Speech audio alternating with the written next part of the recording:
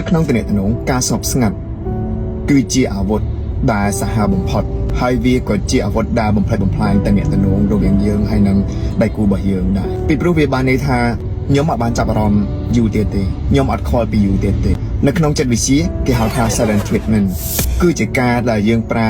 ភាពស្ងប់ស្ងាត់ silent ហ្នឹងគឺដើម្បីគ្រប់គ្រង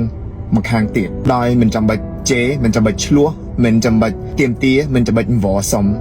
អីទាំងអស់នៅពេលដែលយើងស្ងប់ស្ងាត់គឺបានន័យថាយើងប្រមូលផ្ដុំនៅធម៌ពលទាំងអស់ត្រឡប់មកយើងវិញដូចជាយើងកំពុងតែមានអំណាចចឹងតែសម្រាប់មកខាងទៀតនៅពេលដែលគាត់រងនៅទង្វើភាពស្ងប់ស្ងាត់របស់យើងហ្នឹងគឺគាត់កំពុងតែត្រូវបានយើងគ្រប់គ្រងគាត់ដោយក៏អត់ដឹងខ្លួនពីព្រោះនៅពេលដែលយើងស្ងាត់ដាក់គាត់នឹងចាប់ផ្ដើមឆ្ងល់ថាគាត់ធ្វើអីខុសមែនតើមានបញ្ហាអីគាត់ខុសឬក៏ត្រូវពីព្រោះនៅពេលដែលយើងចាប់ផ្ដើមប្រើភាពស្ងប់ស្ងាត់ណាខួរក្បាលរបស់ដៃគូរបស់យើងគាត់នឹងចាប់ផ្ដើមផលិតជាតិ cortisol វាគឺជាប្រភេទ hormone ផលិតនៅភាព stress ផលិតនៅការស្មុគស្មាញពីព្រោះខួរក្បាលរបស់មនុស្សយើងនឹងចាប់ផ្ដើមគិតថាការដែលគេ silent ដាក់យើងហ្នឹងគឺតើគេឈប់ស្រឡាញ់យើងឬមួយគេនឹងបែកពីយើង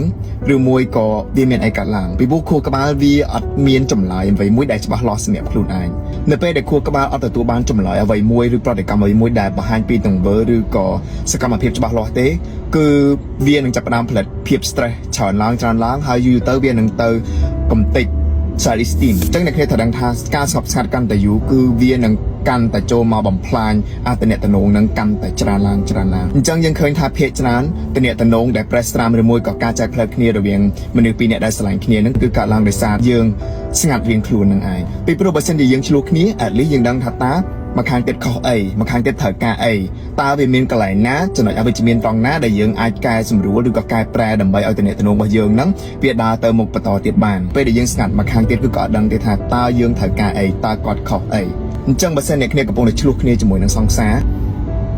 កុំស្ងាត់អីសោះពីព្រោះបើសិនជាអ្នកគ្នាស្ងាត់យូរទៅចុងក្រោយអ្នកគ្នានឹងក្លាយជាអ្នកដទៃដែលនៅមានចិត្តស្រឡាញ់តែអត់អាចមានតំណែងបន្តទៀតបានអញ្ចឹងហើយទោះបីជាមានរឿងឆ្លោះគ្នាបែកផ្ទះឬក៏អ្វីក៏ដោយកុំស្ងាត់អីសោះបើសិនជាអ្នកគ្នាស្ងាត់អ្នកគ្នាត្រូវសួរខ្លួនឯងថាតើឥឡូវហ្នឹងយើងកំពុងតែរក្សាតំណែងកំពុងតែធ្វើឲ្យតំណែងនឹងរឹងមាំជាងមុន